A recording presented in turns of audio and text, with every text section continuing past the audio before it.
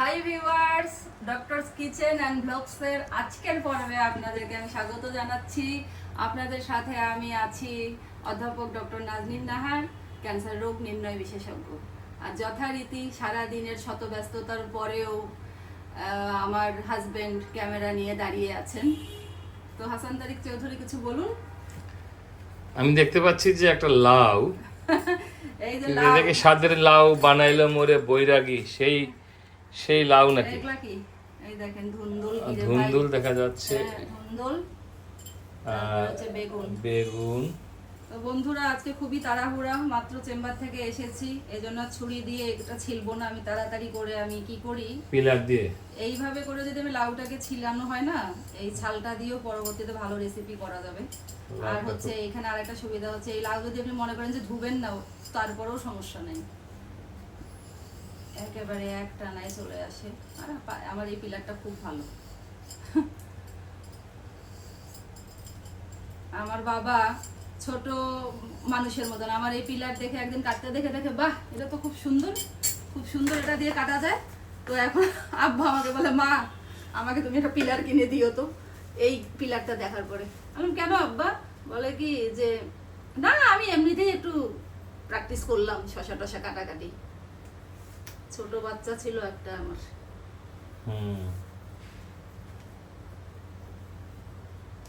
একটু মাঝে মধ্যে সবুজ থেকে গেল, এটা কোনো সমস্যা নেই, থাক, দেখতে বরং ভালো লাগবে। এখন লাউয়ের কন্ডিশন দেখি আগে।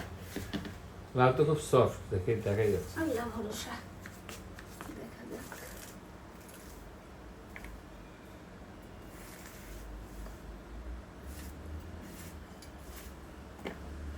আজকে তো মিটিংয়ে আটকা পড়ে গেছিল আপনাদের ভাইয়া। আমি তো ভাবলাম যে হায় আল্লাহ, আজকে যে ভিডিও করতে পারবো কি না।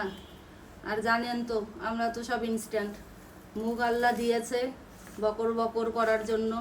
তো আমার ছেলেকে বলতাম আমরা, মকর সারাদিন করে শুধু বকর বকর। আমাদেরও একই অবস্থা, মুখ চলছে, হাত চলছে, সব একতালে চলছে। আমিও খুব টেনশনে ছিলাম যে ঢাকার রাস্তা, যদি ট্রাফিক জ্যাম হয় তাহলে তো আর কথাই নাই। আমি এই 20 মিনিটের রাস্তা 1 লাউটা ঘন্টা। কচি, এটা না কাটলেও হয়, কিন্তু আমি শেপটা করার জন্য, এইভাবে শেপটা ভালো লাগে দেখতে। ভেজিটেবল গুলো খুব। তারপরে আসার সময় আপনাদের ভাইয়া বলছে, যা ক্ষুধা লেগেছে। তা আমি বললাম যে আমার বাসায় জানেন না, কাজের বিনিময়ে খাদ্য কর্মসূচি। এখন ক্যামেরা ধরবেন, ভিডিও করব, এরপরে রান্না বান্না, এরপরে খাওয়া, কিছু করার নেই। বুঝছেন রৌদন্য রাব্বা, আমার উপরে মানুষের অভিশাপ লাগছে। কেন? অভিশাপই ভাই, অভিশাপ। সেটা এত মানুষ তোমাকে ভালোবাসে, তুমি উল্টাটা বলতেছো। শোনেন না, আপা যখন নওগাঁয় চাকরি করতো, বড় আপা যে নওগাঁয় চাকরি করতো, তো আপাদের বাসার মানে পাশেই, মানে আপা তো দুলাভাইয়ের পোস্টিং ছিল নাটোরে, আর আপা ছিল নওগাঁয়। তো আপার সঙ্গে আপার অফিসের একজন সহযোগীকে রেখেছিল, তো থাকতো। তো এখন হয়েছে কি যে আমি প্রায় সময়, আমাদের তো মানে 8:30 9টার মধ্যেই সব কমপ্লিট আপার এখানে। আমরা সারা জীবনই আমাদের মাদেরকে দেখেছি যে 8:30 মানেই খাবার টেবিলে চলে আসো, 9টার মধ্যে খেয়ে দিয়ে 10টা বাজলেই ঘুম। তো এখন ওনাদেরকে দেখতাম আমরা খেয়ে দিয়ে ঘুমানোর পথে, আর ওনারা তখন রান্নাঘরে টুম টুম টুম টুম আওয়াজ চলছে। তো আমি মনে মনে হাসতাম যে ভাই, এরা কারা এত রাতে রান্না বান্না করে? তো আমি যে এত মুচকি এটার জন্য হেসেছিলাম, সেই জন্য বললাম, এটাই মনে হয় তখন আমার কপালে লেখা হয়ে গিয়েছে যে তুই রাতের বেলায় রান্না করবি। চেম্বার শেষ করে ডান হাতে ব্যাগ একজনকে সাপ্লাই, বা হাতে কিছু থাকলে আর একজনকে সাপ্লাই, আর সোজা আমি ঢুকে যাই রান্নাঘর। যাই হোক, এটা আমি এনজয় করি। আমি বলছি না যে আমাকে সবাইকে ফলো করতে হবে, আসলে আমি রান্নাটাকে এনজয় করি। আর আমার বর, ছেলে, মাশাআল্লাহ, দুলাভাই থেকে শুরু করে সবাই ভোজন রসিক, আমার শাশুড়ি, ননদ, সবাই। তো কাজেই আর উপায় কি, উপায় কিছু আছে? আজকে মুন্না ভাই বলতেছে, আমি বললাম যে মুন্না ভাই এমবিবিএস, মুন্না ভাই নাকি? তো মুন্না ভাইকে বলতেছিলাম যে মুন্না ভাই, রাজশাহীর মুন্না ভাই।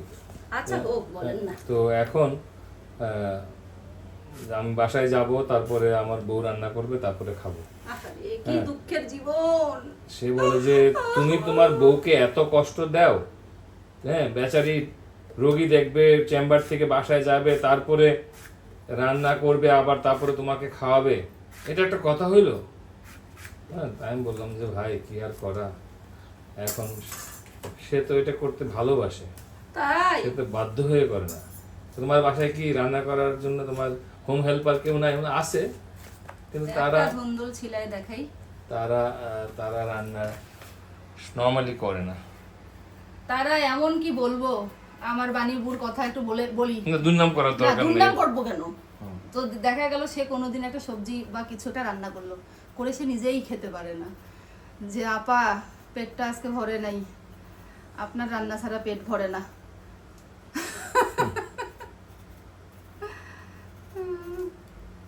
আসলে কি, রান্নাঘরের কন্ট্রোলটা আসলে আমি ছাড়তে চাই না, বুঝছেন? এই কন্ট্রোলের জন্যই তো সবকিছু কন্ট্রোলে আছে রে ভাই।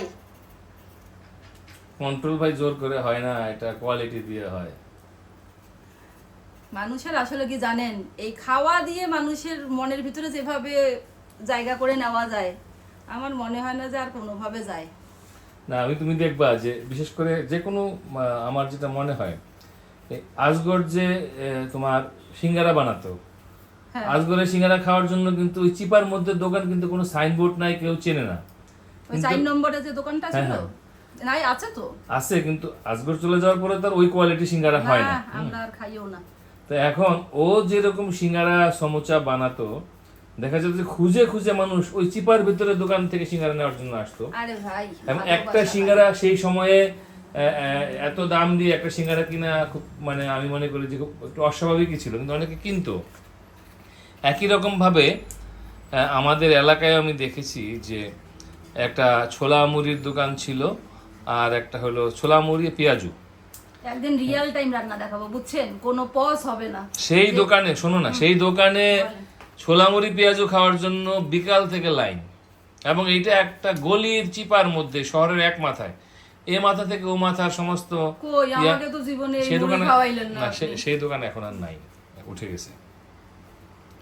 হ্যাঁ, তো এখন বিষয়টা কি যে খাবারের কোয়ালিটি যদি ভালো হয়, সেটা চায়ের দোকানই হোক বা ছোলা মুড়ি পেঁয়াজু হোক বা সিঙ্গারা সমোচাই হোক, মানুষ কিন্তু ঠিকই খুঁজে খুঁজে খায়। এবং তুমি নিশ্চয়ই জানো যে হালিমের বাজারে এত, সজনা বা এই চুলাটা একটু আস্তে করে জ্বালাই দিয়ে রাখেন তো, হিট হোক। হালিমের বাজারে ওটা হিট হয়েছে, এই যে পাশেরটা সাদাটা একটু হিট হোক, চুলা ওটা হিট হইলে এখন দাগ আগায় যাবে। হালিমের বাজারে এত হালিম, হালিমের বাজারে এত হালিম, এত ব্র্যান্ড, এত নাম, কিন্তু তোমার কি মনে আছে আমরা একটা চিপার দোকানে যে আরে বাবা, হ্যাঁ, শীতকালে যে হালিম খেয়েছিলাম? মাশাআল্লাহ। তো এইরকম এত ব্র্যান্ডের মধ্যে এত মানুষ কেন ওই হালিমের দোকানেই হুমড়ি খেয়ে এখন পড়ে? কি বলতে চাইতেছেন ভাই? আমি আমি যেটা- কথা থেকে কি বলতে চাইতেছেন সেটা বলেন না। আমি মানে কি আমার রান্না সেরা, না না, আমি বলতে চাচ্ছি, আই এম দ্য নাম্বার 1 নাকি? আরে ভাই, নিজের ঢোল নিজে পিটাইতে চাচ্ছি না আমি। আপনি কথা বলতেছেন এত। আচ্ছা বলেন, তো এখন সংক্ষেপ ইয়ে করেন, সংক্ষেপটা বলেন। সার সংক্ষেপ হলো এই যে যদি রান্নার কোয়ালিটি যদি ভালো হয়, খাবারের কোয়ালিটি যদি ভালো হয়, তাহলে এমনি কন্ট্রোল চলে আসে। ইনশাআল্লাহ। আর হচ্ছে মানে আসলেও মানুষকে খাওয়াতে পারাটা, এটা হচ্ছে একটা সৌভাগ্যের ব্যাপার। এটা একটা, তৃপ্তি করে যখন এটা একটা একটা মানুষ খায়, এটা একটা আশীর্বাদ হ্যাঁ, দোয়া। আমি আমার হাজবেন্ড যেই চেয়ারে বসে খায়, আমি তার অপোজিটে বসে খাই। তো দেখা যায় যে বাটিতে করে বেড়ে খাওয়ার তো আর সবসময় সুযোগ হয় না, রান্না করে ওই পথেই নিয়ে চলে যাই হচ্ছে টেবিলের উপরে। তো যেই লেভেলে টেবিল বা ভাড়া পাতিলগুলো আমরা রাখি, মানে ইয়েগুলো রাখি, মানে প্যানগুলো বা ডেকচিগুলো রাখা হয়, তো দেখা গেল যে আমার হাজবেন্ড যে খাচ্ছে ওটা একটু মানে ইয়ে হয়ে যায়, কি বলবো, ওটা আড়ালে চলে যায়। তো আমি কি করি যে আমি ওটা যতটুকু পারি সরাই দিই। উনি যে খাচ্ছে, এই খাওয়া এই খাওয়া আমার দেখতেই হবে, তা যে কিভাবে খাচ্ছে, কতটুকু তৃপ্তি করে খাচ্ছে, আর কি ইমপ্রুভমেন্ট আমার করতে হবে। তা আর রান্নার একটা গল্প বলি, বুঝছেন? একটু আমার কাটাকাটি শেষ, রান্না এখনই একদম 2 হাতে শুরু হয়ে যাবে। আমার সবগুলো রেডি হয়ে গেল, কাটাকাটি পুরাটাই দেখাই দিলাম, আজকে কোনো গ্যাপই দিলাম না। এটাও কেটে ফেলি। তো বুঝছেন হুম। সৌজন্যরা, আমাদের উত্তরবঙ্গে তো গলগণ্ড রোগ বন্ধুরা প্রচুর হয়। গলগণ্ড রোগ কি সবাই নিশ্চয়ই জানে। হুম হুম। মানে ঘ্যাগ বলে, আমাদের এলাকায় বলে ঘ্যাগ, ঘ্যাগ। তো গলা ফুলে যাওয়া, তো এরকম মানে এটা সবাই বলে যে এটা নাকি আমাদের অর্নামেন্টস, মানে এটা থাকতেই হবে। আসলে কি আয়োডিন স্বল্পতা, আমাদের যে চাষাবাদ হচ্ছে পানিতে, তো সমুদ্র উপকূলবর্তী অঞ্চল না, এজন্য পানিতে যেহেতু আয়োডিনের অভাব, সেই কারণে। আর আগে তো লবণের মধ্যে আয়োডিন দেওয়া হতো না, সবাই সাধারণ লবণ খেত। তো বেশিরভাগ মানুষেরই, অনেক মানুষের গলগণ্ড হতো যারা সচেতন না। তো এরকম এক মেয়ের বিয়ে হচ্ছে না, অন্যভাবে কিন্তু আপনারা নিয়েন না, যা শুধু আপনাদেরকে একটু হাসানোর জন্য গল্পটা বলছে। আব্বা এই গল্পটা আমার কাছে আমাদেরকে বলেছিল। তো এখন গলগণ্ড রোগ, এখন তার বিয়ে হচ্ছে না, কারণ তার গলার আওয়াজটাও চেঞ্জ হয়ে গিয়েছে, গলাও তো ফুলে গিয়েছে, গলার আওয়াজটাও চেঞ্জ হয়ে গিয়েছে। তো যতই এভাবে করে ঢেকে ঢেকে সে থাকে, পাত্ররা দেখতে আসে, তো কোনো না কোনোভাবে প্রকাশ পেয়ে যায় যে তার গলাটা ফোলা। তো সবাই তো এসে জিজ্ঞাসা করে তুমি কি কি রান্না করতে জানো। তো ওর দাদি বলেছে, শোন, আজকে আমি তোর পাশে থাকবো, কি পারবি না পারবি সেটা আমি উত্তর দিব, তুই কিন্তু ভুলেও কিন্তু তোর মুখ দিয়ে কোনো আওয়াজ বের করবি না। তো পাত্রপক্ষের মুরব্বীরা জিজ্ঞাসা করেছে, মা তুমি কি কি রান্না করতে পারো। তো এখন ওর দাদি বলছে, মাছ, মাংস, কালিয়া, কোপ্তা, কাবাব, রুটি, পরাটা, ডাল, ভাত, যা যা আছে সব বলে দিচ্ছে। তো আর কি পারে, আর কি পারে, সব বলা শেষ। এখন একটা বাদ পড়ে গেছে, আমাদের ওখানে এই কলার যে ডাল রান্না করে, কাঁচা কলার যে ডাল রান্না করে, সেটাকে বলে ঘাটা, ঘাটা। তো সৌজন্যবাবু এটা একটু কমাই দিতে বললাম না, আপনি হাই হিটে রাখছেন কেন? কমাইয়ে দেন, একেবারে লোয়ে রেখে দেন, খালি জাস্ট ইয়েটা হিট হবে। কমাইছেন? হয়েছে হয়েছে, এখন হয়েছে, ঠিক আছে। তো কলার ডালটা বাদ চলে গেছে, ঘাটা। এখন সেই মেয়ে আর সহ্য করতে পারছে না যে এত বড় একটা ইম্পর্টেন্ট জিনিস আমাদের বাদ দিয়ে দিল। এখন সে বলছে, ও দাদি মই যে ঘাটা আনদিবার পাং তাক তো করলুম না। মানে হচ্ছে যে আমি যে কলার ডাল রান্না করতে পারি সেটা তুমি তো ভুলে গেলা দাদি। তো আর কোথায় থাকে, গলার আওয়াজ শুনে সেই পাত্রপক্ষ আবার উল্টা পথে মানে রওনা দিল। এমনি মজা করার জন্য বললাম, আসলে রান্না পারতেই হবে এমন কোনো কথা না। যার ভালো লাগে সে করবে, সবাই মিলে মিশে করবে, ফ্যামিলির প্রত্যেকটা মেম্বার মিলে করবে। আর আমাদের মতো, আমার মতো যারা ভালোবাসেন তারা তো করবেনই, বলা লাগবে না তাদেরকে। কিভাবে কাটলাম দেখছেন? ধুন্দুলগুলো এত ভালো সৌজন্য রাব্বা, মাশাআল্লাহ।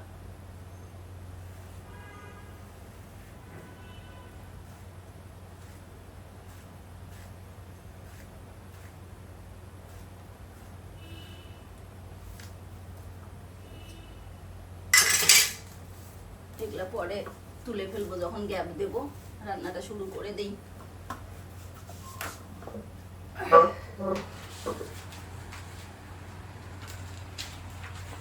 এটা একদম আপনি বেশি জাল দিয়ে ফেললেন।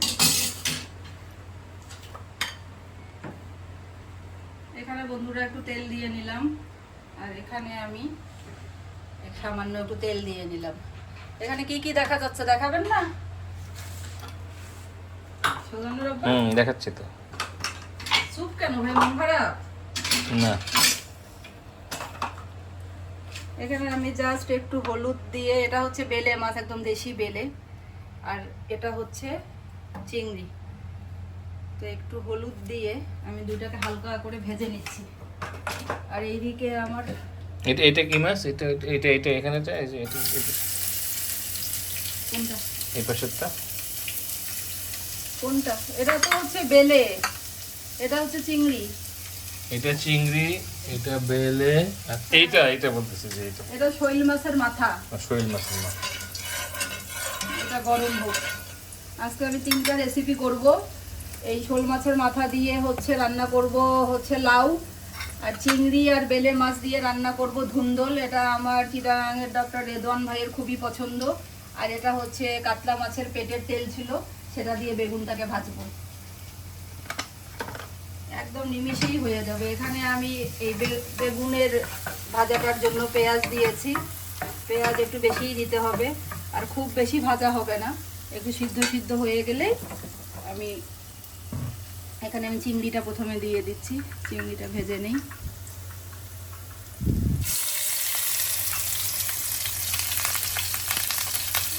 এইখানে আবার তেল ছিটায় পড়বে। দূরে আছি।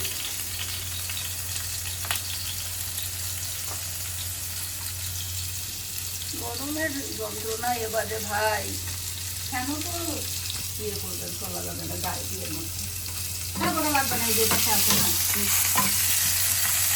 চিংড়িটা একটু হালকা ভেজে নিতে হয়, কোনো ভাজলে পরে এটার কালারটা ফুটে ওঠে। এই যে কি সুন্দর লাগে, বেশি ভাজা যাবে না, জাস্ট 30 সেকেন্ড 40 সেকেন্ড যথেষ্ট।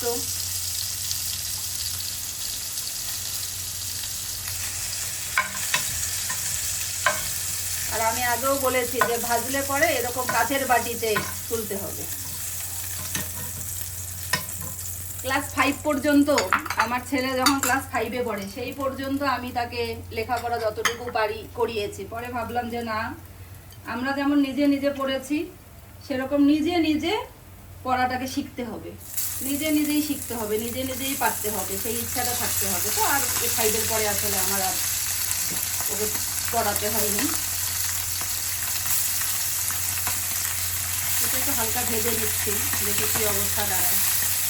হালকা ভেজে দিলে বেশি নরম না বেলে মাছ, সেজন্য একটু হালকা ভেজে দিচ্ছি।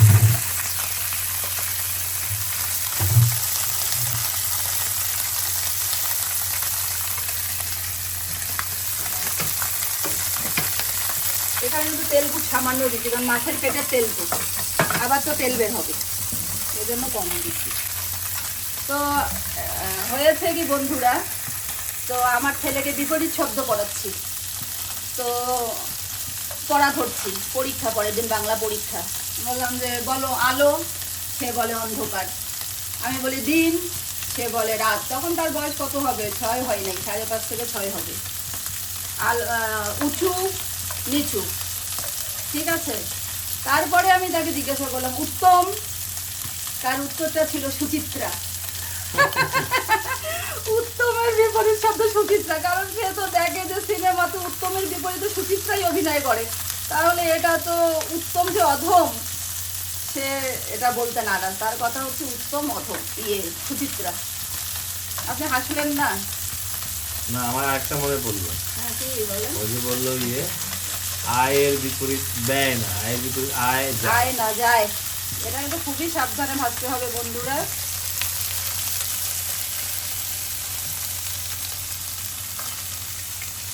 চিংড়ি ভাজার পরে কিন্তু সাধারণত অন্য মাছ ভাজা যায় না, কিন্তু আমার যেহেতু চিংড়ি এবং এটা একই সাথে রান্না হবে, আমি তাই একই পাত্রে ভেজে দিলাম। তাহলে কিন্তু চিংড়ির ফ্লেভারটা বন্ধুরা সবগুলোতে মানে অন্যরকম একটা ফ্লেভার অ্যাড হয়ে যাবে। সাধারণত চিংড়ি মাছ ভাজার পরে আর অন্য কিছু ভাজা চলবে না সেটাতে। তো আমি যেহেতু এখানে এটার রেসিপিটাতে তো আমি একই সাথেই করছি, তো কোনো অসুবিধা হবে না তার জন্য। ভোগেটা আস্তে আস্তে খুবই হালকা জাল ইয়েতে করতে হয়, খুবই হালকা। ইয়ে হবে না, সমস্যা নেই, আওড়াবে না, ভেঙে যাবে না, সুন্দরই উঠতেছে। ওইদিকে পেঁয়াজের কি অবস্থা? এটা হয়ে গেছে তো, দেন এদিকে দেখান। ওইদিকে যাবেন, ওই সাইডে যাবেন, এটা ভাজা হোক আর একটু। আমি এক পাশে ভাজি এখন, এটা বেশি। এই দেখেন, মানে প্রত্যেকটা দিন এই আমার হেল্পাররা এটা উল্টা পাশে লাগায়, মানে কি বলবো। এখানে পানি দিলাম,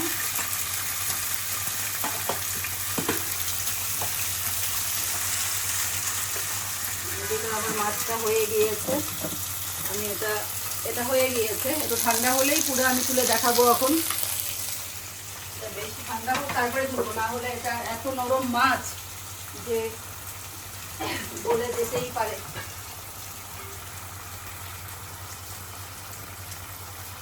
আমি আর একটা পাত্র উঠিয়ে দিলাম, এখানেও একটু তেল দিয়ে দিচ্ছি, গরম হতে থাক।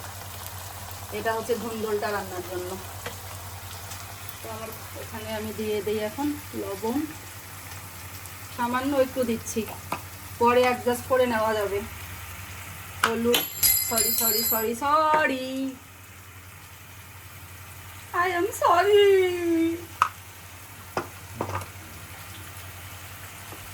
কোনো অসুবিধা নেই। এখানে হচ্ছে মাছের পেটা, এটাকে আমরা বলি কি লোকাল ল্যাঙ্গুয়েজে মাছের তেল তো না, মাছের পেটা। তো মাছের পেটা ভাজাতে অবশ্যই একটু ধরে গুঁড়া দিতে হবে বন্ধুরা। এখন আমি এখানে দিয়ে দিচ্ছি জিরে বাটা, আর কিছুই হবে না এখানে। এই যে সুন্দর করে দিয়ে দিলাম। এখন আমি এখানে দিয়ে দেব মাছের তেলটা। এটার ভেতরে অনেক নাড়ি ভুড়ি ছিল, সব নাড়ি ভুড়ি, কলিজা আর পিত্ত থলিটা তো যারা মাছ যখন কেটেছে তখনই আমাকে ওটা দিয়ে দিয়েছে ফেলে। ওটা তো বলে গেলে এটা খাইতেই পারবেন না, ঠিক আছে। এটা এখানে হতে থাক।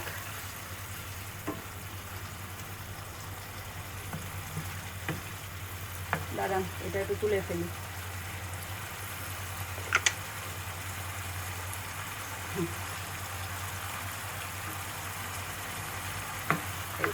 ঠিক আছে, চলতে থাকুক এটা। এখানে আমি আবার পেঁয়াজ ভাজা দিয়ে দিচ্ছি ধুন্দুলের তরকারিটার জন্য। এগুলো হয়তো তো 5 মিনিট সময় লাগবে, এগুলো হয়ে যাক। আর লাউটা উঠাই দিয়ে তখন একটু গ্যাপ দেওয়া যাবে। এখন আজকে কি যে হইল, থাক বাবা, ঠিক জায়গা মতন জ্বালাইস না। আপনার হরলিক্সের গল্পটা করেন কোনটা? বন্ধুদের সাথে। নানা যে আপনাকে 100 টাকা দিল, দিয়ে কি করলেন? ও আচ্ছা, আমার ততক্ষণ নাইলে তো আর শুধু রান্নার দিকে তাকায় তো আর টাইম নষ্ট করতে ভালো লাগবে না। কারোরই টাইম নষ্ট না, সবাই তো এনজয়ই করে, সবাই যে আমাকে এত ভালোবাসে। বন্ধুরা আপনাদেরকে একটু পাম্পটি দিচ্ছি। একবার চামচ পড়ে গেছে, একবার নাকি পড়ে গেছে, এখন পাম দেওয়া ছাড়ার উপায় নাই। পাম একটু দিতেই হবে। এটা হয়ে গেল। বেগুনটা কিন্তু সবসময় পানিতে কাটার চেষ্টা করবেন বন্ধুরা, না হলে কালো হয়ে যায়। এখন আমি এটা দিয়ে দিচ্ছি। বেগুনটা কি পানিতেই রাখতে হয় নাকি? হ্যাঁ, ওই তাহলে কালো হয়ে যাবে তো। এই যে এরকম এত এত সুন্দর রূপ আর ওনার থাকবে না। এটা তো টিপস। খালি তো খান, কইতে আর পারবেন কি? খালি কিনেই খালাস, দিয়েই খালাস। আচ্ছা বলেন, আপনার ইয়েটু গল্পটা বলেন। এটা নাড়তে নাড়তে ওইটা একটু হয়ে গেলেই শেষ। আমি পরে লাউটা পরে দেখাবো তো আবার। না, হরলিক্সের গল্পটা তো খুব মজার, কারণ আমি তখন অনেক ছোট। কত বয়স ছিল তখন? তো আমি 8 বেশি হবে না? আমি ক্লাস 5-এ বোধহয়। বেগুনটা একটু হাই হিটে বা হাই হিটের চেয়ে একটু নিচে দেওয়ার চেষ্টা করবেন। বেগুন কিন্তু নাহলে থেতা হয়ে যায়, নাহলে কিন্তু বেগুন থেতা হয়ে যাবে বন্ধুরা। বলেন বলেন, কতবার করে আপনাকে আজকে তেল পাম্পটি মারা লাগতেছে কেন এত বেশি? না না, আমি তো সুযোগ পাইতেছি না। তুমি কথা বলেন, আমি তো আমার কাজ করব, ফাঁকে ফুকরে আমি বলবো। বলেন হরলিক্সের গল্পটা বলেন না। তো উনি আমাকে টাকা দিলেন, দিয়ে বললেন যে 100 টাকা। তখনকার দিনে 100 টাকা তো মানে অনেক টাকাই। তো উনি আমাকে বললেন যে তুই 100 টাকা দিলাম, কিছু কিনে খাইস। তা আমি, আমার মনে একটা অনেক দিনের একটা জমানো ইচ্ছা, লুকানো স্বপ্ন ছিল যে আমি যদি, আমার হাতে যদি কোনো টাকা আসে, তাহলে আমি আস্ত একটা হরলিক্সের বয়াম কিনবো, 1 বয়াম হরলিক্স, এবং আমি চামচ দিয়ে তুলে তুলে। আপনারা জানেন যে ছোট বাচ্চাদের এই আগের দিনে, আমি যে বললাম যে ঠান্ডা হলে আর কোনো সমস্যা হবে না উঠাতে। আগের দিনে কিন্তু ওই যে তোমরা করছো কিনা জানি না, ওই যে পাউডার দুধ এবং এই হরলিক্স চামচ দিয়ে হরলিক্সের পাউডার খাওয়ার একটা, আমরা হাতে নিয়ে চেটে চেটে খাইতাম, সোহমের মতন চেটে চেটে খাবো আমরা। চেটে আমারও সেই রকম একটা ইচ্ছে ছিল, কিন্তু বাসায় আমরা এতগুলা ভাই বোন 1 বয়াম হরলিক্স তো কিনলে থাকে না। যেদিন আমি টাকাটা পেলাম, তাৎক্ষণিকভাবে, আমার নানার বাসা ছিল তেজগাঁয়, জাস্ট তেজগাঁ থানার পাশেই। তো ওখানে এক দোকানে গিয়ে, বাসার কাছে এক দোকানে গিয়ে আমি এখানে পানি দিয়ে দিই, 1 বয়াম হরলিক্স কিনলাম। এখানে কিন্তু পেঁয়াজটা ব্রাউন হবে না, একটু ব্রাউন হওয়ার আগেই এটাকে পানি দিয়ে ফেলতে হবে। লবণ ভরাইছে দেখেন না আমার পন্ডিতে, চামচ তুলতে গেলে লবণ পড়ে যাবে, হাত দিয়েই করি ভাই। হ্যাঁ, তারপরে বলেন। তারপরে আমি কিনলাম, তো কিনে খাইলাম টাইলাম সারাদিন হরলিক্স। এখানে একটু আমি কিন্তু আসলে ঝাল খুবই কম খাই বন্ধুরা। আপনাদের ঝাল এবং লবণ এটা কিন্তু আপনারা অ্যাডজাস্ট করে নেবেন। তো বিকালবেলায় না আমাকে জিজ্ঞাসা করলো, এই তুই 100 টাকা দিয়ে কি করেছিস রে? আমি বললাম যে না না, আমি তো 100 টাকা দিয়ে এক বয়াম হরলিক্স কিনেছি। তো উনি বললো যে আরে বেটা বোকা, আমি তো ভেবেছিলাম যে এই টাকাটা দিয়ে তুই দুধ কিনে খাবি, তুই শেষমেশ বিস্কুটের গুঁড়া কিনলি। আমি অবাক হইলাম যে হরলিক্সের মতো একটা একটু জিরা বাটা দিলাম। সুস্বাদু জিনিসকে তিনি বললেন যে বিস্কুটের গুঁড়া। ওনারা তো ছিল তখন 80 বছরের বুড়ে, ওনাদের এটার কাছে মূল্য আছে। আমাদের মতন বয়সের বাচ্চা 6-7 বছর যার বয়স, তার কাছে একটা হরলিক্সের বয়মের মূল্যটা কি? গ্রামের মধ্যে তো দুধ কিন্তু এখন আমি বুঝতে পারি যে এক বয়াম হরলিক্সের চেয়ে গ্রামের খাঁটি দুধের মূল্য অনেক বেশি। সেটা এখন বুঝেন, আপনার বয়সটাও এখন সেই পর্যায়ে গেছে, সেই জন্য।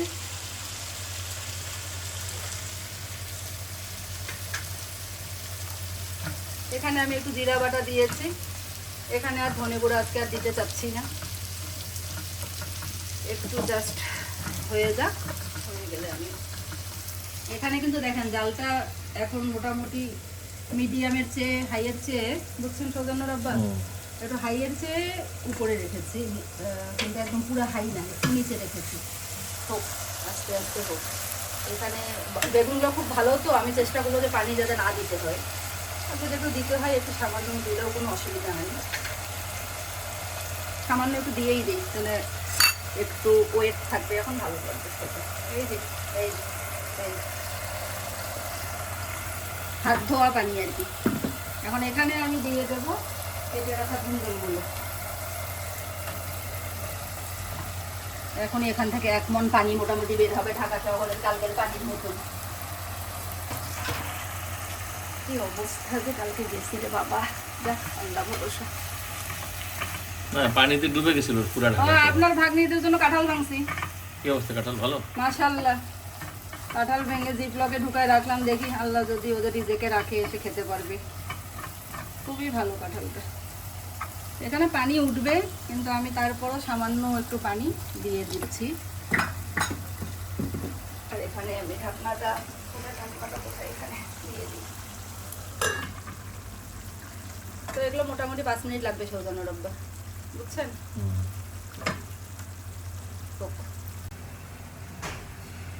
তো বন্ধুরা, আমার এটা প্রায় হয়ে এসেছে।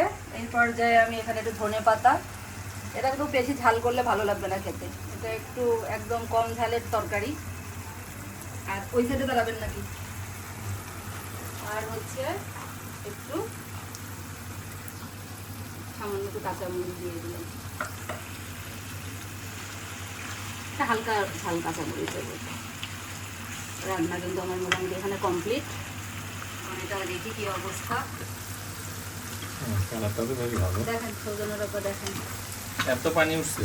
হ্যাঁ, সামান্য কিন্তু দিলাম আর এটা হয়ে গেল। তাহলে এখন আমি এখানে কি করছি বন্ধুরা দেখুন, চিংড়িটা দিয়ে দিলাম। চিংড়ি ধুন্দুল হয়ে গেল রান্না এটা কমপ্লিট, সেই কমপ্লিট। এখন নাও বাবাজিকে এখন আমার সিদ্ধ করতে হবে। তো কালকে তো বলছিলাম যে এই লোক বিয়ের আগে প্রেমিকের বরাতে আমার কাছে কম জিনিস খাই নাই। যাই হোক, আবার খোঁচা দিলাম, খোঁচা মনে করেন না ভাই। তো এখন গল্প সেটা না, গল্প হচ্ছে যে একবার হরতাল অবরোধ শুরু হয়েছে, তো তার সঙ্গে আবার প্রেমের একদম চূড়ান্ত অবস্থা। তো আমি কি করলাম, আমার তাকে খুব দেখতে ইচ্ছে করেছে, তো বেলে মাছগুলো দিয়ে দিলাম। হাসপাতাল তো জানেনই আপনারা, কোথায় বলেন সজনের বাবা? বাবু বাজার, পুরান ঢাকা। আর উনি থাকতেন আরামবাগ। তো আরামবাগে আরামে থাকতাম, আরামবাগে অনেক আরামে থাকতেন। তো এখন হরতাল অবরোধ, কিছুই গাড়ি ঘোড়া চলবে না। আমার তো ওনাকে খুবই দেখতে ইচ্ছা হচ্ছে। আমি তাড়াতাড়ি করে একটু খিচুড়ি আর গরুর মাংস পাকায়া হিটারে, আগে থেকে সকাল থেকে তো প্ল্যান করছি দেখতে যাবোই এই লোকরে। আমি সে হেঁটে রওনা দিলাম, কোনো রিক্সা পাইনি। হেঁটে হেঁটে আমি হচ্ছে চলে গেলাম আরামবাগ। আরামবাগের নিচে যেখানে উনি থাকতেন ওই মোড়টায় ঢোকার পথেই একটা মাল্টি কি বলে এটাকে, মাল্টি স্টোরেজ শপ ছিল। তো ওখান পর্যন্ত আমি গিয়ে মোটামুটি আমার অবস্থা খুবই খারাপ। আমি ঢুকে বললাম, ভাই আমাকে একটু পানি দেন। ওনারা আমাকে চিনতো, কারণ আমার হাজব্যান্ড ওখানে প্রায় আমাকে আইসক্রিম খাওয়াতো, সেল অ্যান্ড কোড। এটা হয়ে গিয়েছে, যেটাকে আমরা আজকাল সুপার শপ বলি। সুপার শপ, হ্যাঁ। তো এটা কমপ্লিট, এটা এখানে রাখি আর লাউটার ভাড়াটাকে উঠাই দিই কড়াইটাকে।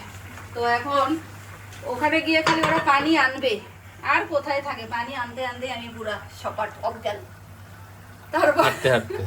তারপরে ওনারা ফোন দিয়েছে আমার হাজবেন্ডকে, আমার কাছে ফোন নাম্বার নিয়ে, তারপরে ফোন করে এসে তো আমাকে যে নিয়ে যাবে, আমাকে তো নিতে পারছে না, কারণ আমার 2 পায়ের তালুতে এত বড় বড় ফোসকা। পাগল প্রেমিকা, এত বড় বড় ফোসকা।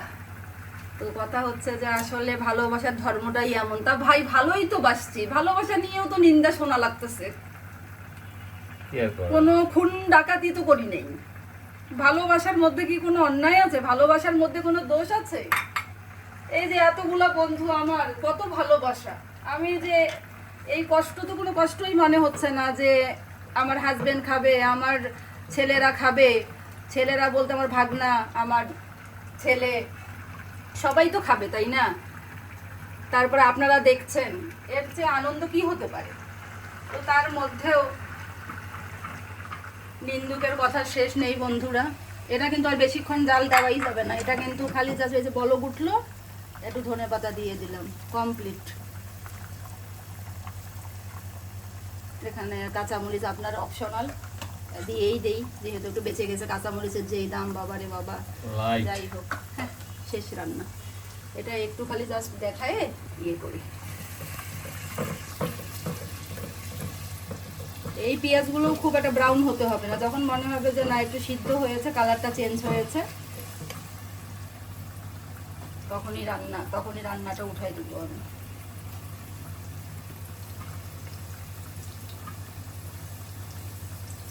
এটা বেশি ইয়ে করা যাবে না, লবণটা টেস্ট করে নেই। মার্ভেলাস। এখানে একটু কারিগরি করিও, কারিগরিটা একটু দেখাইয়া দেন। এখানে আমি একটু সামান্য একটু টালা জিরার গুঁড়া দিয়ে নামিয়ে ফেলবো। টালা জিরার গুঁড়াটা কিন্তু শেষেই দিতে হয়, তাহলে ফ্লেভারটা অটুট থাকে। তো এটা আমার কমপ্লিট, এটাও আমি নামিয়ে ফেলি।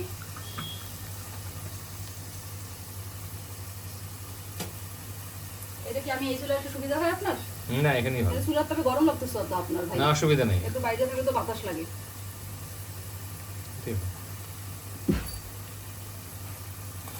তুমি এত এত রান্না করে এত গরম সহ্য করো, আমি না হয় সহ্য করলাম। আজ কি সময় খাওয়া রেডি? তো ক্ষুধা লাগছে, তোমার ইচ্ছা করতেছে না?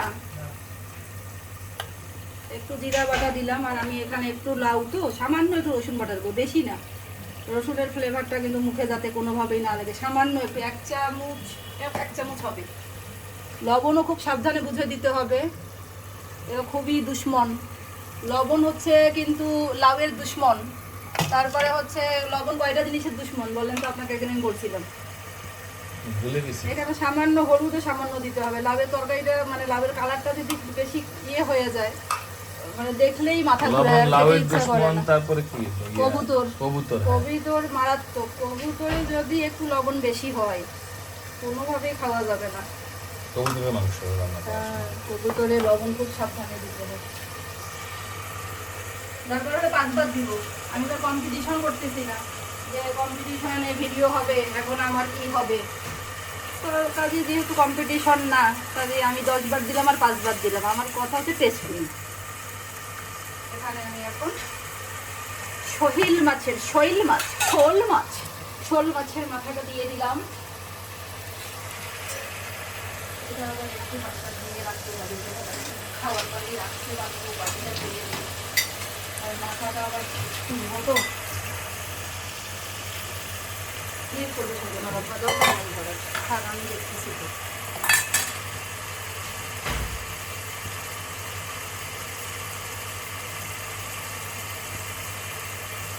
তো ধনে গুঁড়া দিতেই হবে, ধনে গুঁড়া, জিরা বাটা আর একটু রসুন।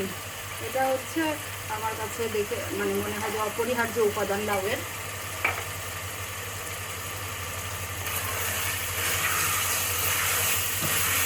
তো এটা 4-5 মিনিট সৌজনের ওপর একটু হোক, তারপরে লাউটা দিয়ে দেখাবো এখন। তাহলেই রান্না বান্না শেষ। তো আমি একটু পানি দিয়ে দিছিলাম মাছগুলো সিদ্ধ হওয়ার পরে, সামান্য, বেশি না। আলুটা কালারটা ঠিক মতো আসতেছে, কালারটা কিন্তু বেশি ইম্পর্টেন্ট ভাই। সেই হলুদ মরিচ কত কষ্ট করে জোগাড় করি একটু ভালো কালারের জন্য। অর্গানিক তো বটেই, আবার কালারটাও তো ভালো হতে হবে। এগুলো আমি করবো কি বন্ধুরা, এখন মাছটা হাফ ডান হয়ে গেছে, আমি মাছগুলো তুলে নেব। যখন লাউটা 70% ডান হবে তখন আমি এটা দেবো আবার, নাহলে এগুলো একদমই ভর্তা হয়ে হয়ে গিয়ে লাউয়ের সঙ্গে মিশে থাকবে, আর প্রত্যেকটা বাইটেই এটা আমাদের মুখে পড়বে, ভালো লাগবে না। লাউটা কমাই দিই আগে, লাউটা দিয়ে দিই। কালার কি দেখছেন, দেখি কেমন সিদ্ধ হয় আল্লাহ করেছে। আমাদের গাছের লাউ নাকি? না গো, আমার গাছের না, কিনে ওই যে কেনা? হ্যাঁ, মোহাম্মদপুর থেকে কিনে আনছিলাম। সামান্য একটু পানি দিচ্ছি, বেশি দেবো না, লাউ থেকে পানি বের হবে। তো এখন এটা মিডিয়াম টু হাই হেঁটে দিয়ে এখন এটা থাক, হোক 5 মিনিট হোক। তো বন্ধুরা দেখুন, আমি পানি দিয়ে গিয়েছিলাম সামান্য একটু আপনাদের সামনে। তো লাউ থেকেও পানি বেরিয়েছিল, লাউটা মনে হয় ভালোই হবে বুঝছেন। আমি এই কাঠি দিয়ে একটু দেখছি যে সিদ্ধ কীরকম হয়েছে। সিদ্ধ মোটামুটি কিন্তু 60%-এর কাছাকাছি। দেখে মনে হয় অনেক সময় নরম, কিন্তু দেখা যায় যে সিদ্ধ না, লাউ ভালো হতে হবে, না হলে লাউ হবে না, নাহলে সবজিতে দিয়ে দেওয়া লাগে, তখন তরকারি খাওয়া যায় না। এই পর্যায়ে আমি মাছটা অ্যাড করলাম।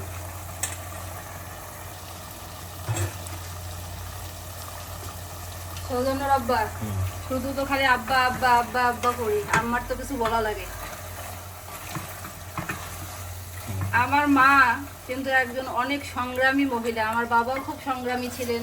তো আমার মায়ের খুব শিশুকালেই বিয়ে হয়ে যায়, তখনকার দিনে তো এটা আসলে অনেক ক্ষেত্রেই, অনেকের ক্ষেত্রেই হয়েছে, অনেকের জীবনেই হয়েছে, রেওয়াজও ছিল। তো কিভাবে হলো বিয়েটা, এটা একটা বিষয়। আমার নানা তো ছিল খুবই প্রভাব প্রতিপত্তিওয়ালা, এলাকার মুরব্বী মানুষ, সবাই মান্যগণ্য করতো আমার নানার নামে স্কুল।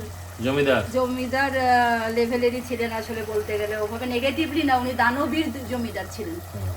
তো স্কুল, কলেজ, হাসপাতাল, মাদ্রাসা, গোরস্থান সবই আমার, হাসপাতাল সবই আমার নানার জমির উপরে।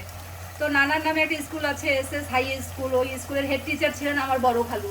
এখন বর্তমানে আবার বড় খালুর একমাত্র ছেলে, উনি আবার এখন ওই স্কুলের প্রধান শিক্ষক। এখানে নেপোটিজমের কথা আসতে পারে, তা কিন্তু না বন্ধুরা। আসলে যথেষ্ট যোগ্য আমাদের প্রধান শিক্ষক, এখন যিনি দীর্ঘদিন ধরে খুবই সুনামের সাথে স্কুল পরিচালনা করে যাচ্ছেন। তো যাই হোক, এখন যেটা গল্পটা যে আমার আব্বা SSC পাশের পরে যখন কারমাইকেল কলেজে ভর্তি হবে, তো মাঝখানে একটু গ্যাপ ছিল। তো উনি তখন ওই স্কুলে শিক্ষক হিসেবে চাকরি করতে এসেছিলেন।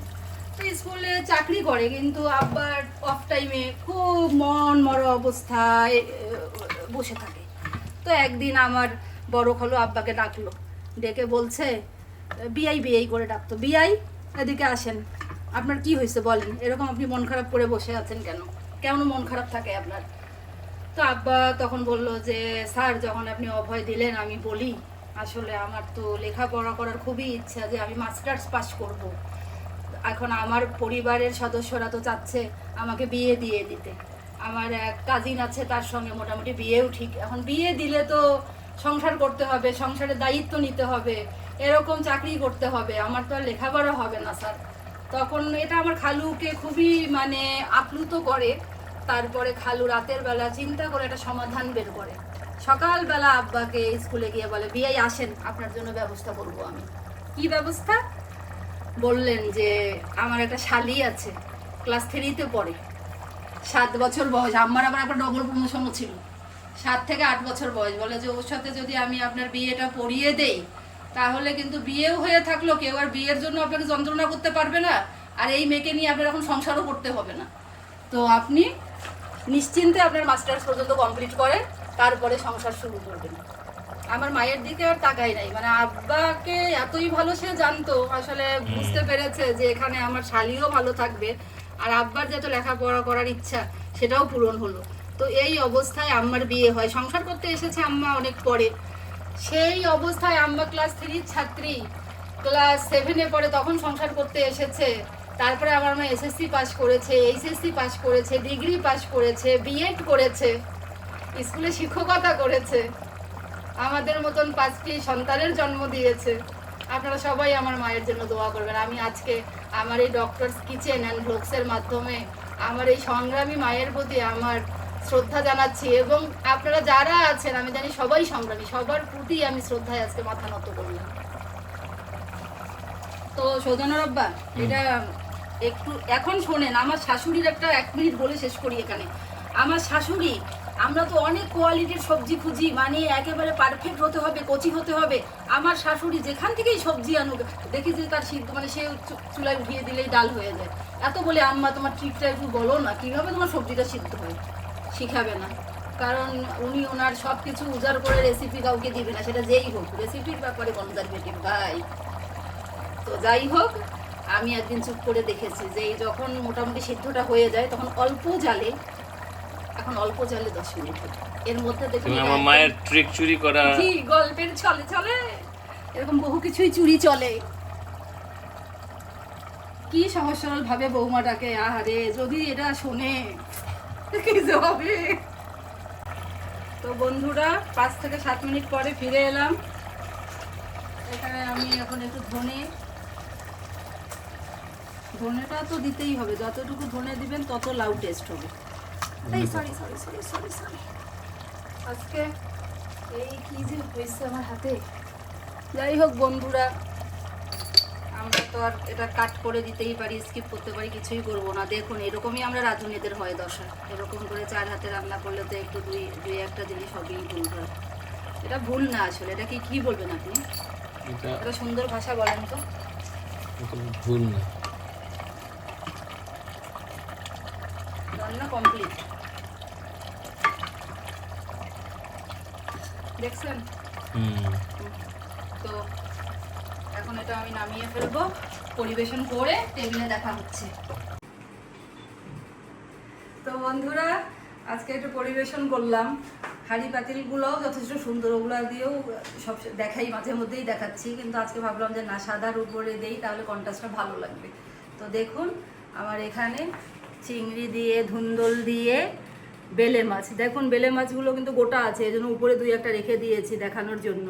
এটা হচ্ছে মাছের তেল বা প্যাটা দিয়ে হচ্ছে বেগুন, আর এটা হচ্ছে লাউ দিয়ে শোল মাছের হালকা ঝোল না, মানে লটপটি টাইপের আর কি। তো আপনারা আপনাদের মতন ট্রাই করবেন, স্বাস্থ্যকর খাবার খাবেন, আর খুব খুব ভালো থাকবেন, নিজের দিকে খেয়াল রাখবেন। আল্লাহ হাফেজ।